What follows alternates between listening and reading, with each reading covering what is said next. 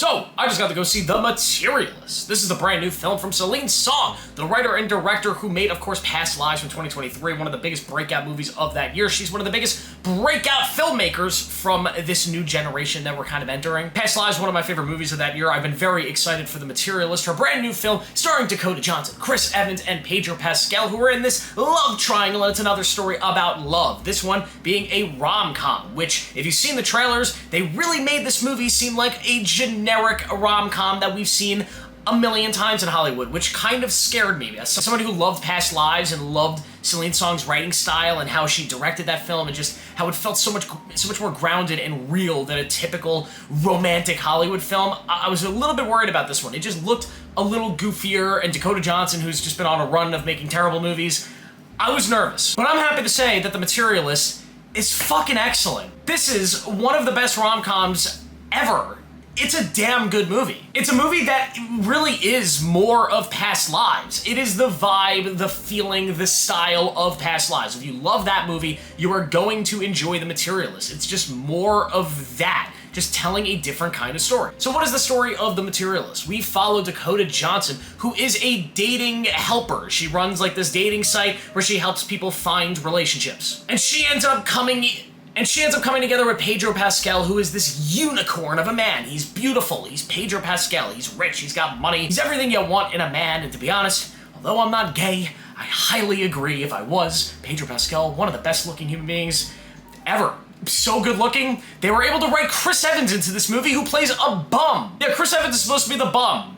How that's possible, I don't know. Captain America, a bum? Maybe. But Chris Evans plays the ex-boyfriend. He's a guy who doesn't make a lot of money, he doesn't take care of himself, he lives in a shitty apartment, but he's madly in love with Dakota Johnson. You can just feel their love. So you have this love triangle about this woman who is struggling with the idea of wanting to be with a man because he makes her feel valuable versus wanting to be with a man because he loves her and she loves him. And what we get is a chaotic story about relationships and the things we need in a relationship and what we look for in people for both them and ourselves. And it's a movie that I found to be extremely entertaining, engaging, and valuable in its actual thematic experience. First off, the performances here. Everybody here does a great job. I thought Dakota Johnson, this is probably my favorite performance of her career. She's a rock star and proves that she can be a leading woman in a good movie. I loved her here. She's fantastic here. Pedro Pascal, he's Pedro Pascal, man. He's doing exactly what you expect him to do, and it's as good as you expect it to be. And Chris Evans, I think this might be my favorite thing that he's done since leaving as Captain America. He's just on fire in this movie with both his charisma, his energy, and he just fits so well in this story. I absolutely loved him, probably my favorite part of the film. There are also a few other characters that jump in. I don't know the actresses' names. Sorry, I know, not a very professional YouTuber, but there's a few of them from Succession. I just know one of them played Carrie in Succession,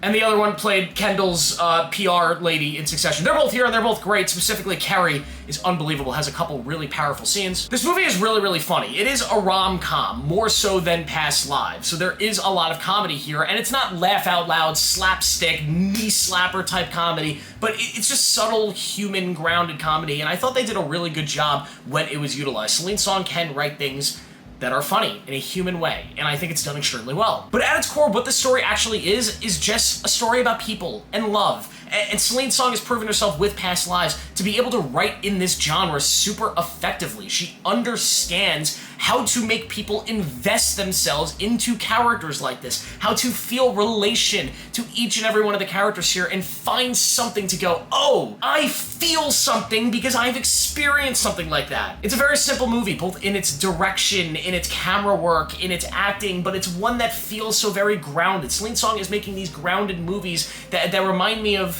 sort of Richard Linklater style of filmmaking. I just absolutely love it. It feels warm, inviting, engaging, sad, depressing, happy. Like, it's a movie that goes through all of these emotions, and her style is just so vibrant. I love it. This is a film that could have ended up being really goofy. It could have been an over-the-top, goofy love triangle between these three very loud, energetic characters, and instead it just felt so much more. It felt like it was tackling themes and subjects that were much more riskier to actually entangle.